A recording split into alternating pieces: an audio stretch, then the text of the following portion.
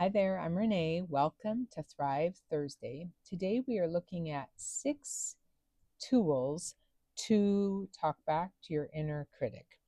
Now, these are evidence based ways to quiet that harsh inner monologue and speak to ourselves with the same compassion that we offer others. I encourage you to start with one strategy and see if it makes a difference. If it isn't quite the right fit, there's other strategies to choose from. So we are going to look at 6. And the first one is looking at parts of ourself to help us manage this. So naming the voice. So maybe we label that inner critic the judge. So we externalize it, we give it a name. There's a part of ourselves that is maybe a judge or a protector or whatever you want to say. So let's just say we name this the judge for this example. So if you hear your inner critic make some noise, you can say, "Thanks for your concern, judge, but I've got this." Naming it separates you from that part.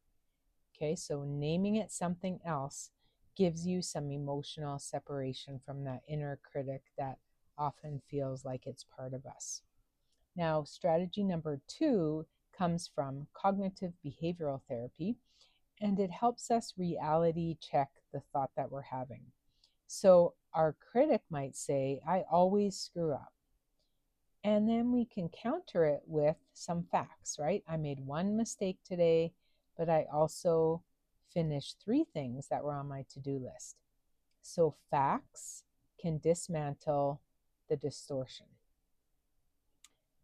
The third strategy is coming from Kristen Neff, who I mentioned the other day, and we can use her work to practice a compassionate reframe. So the scenario is you forget an appointment. Instead of beating yourself up and saying, "Oh my gosh, I'm such an idiot, I'm so unreliable, I always forget things," you can say, "That was an oversight. I'm juggling a lot right now, so it makes sense that I forgot something."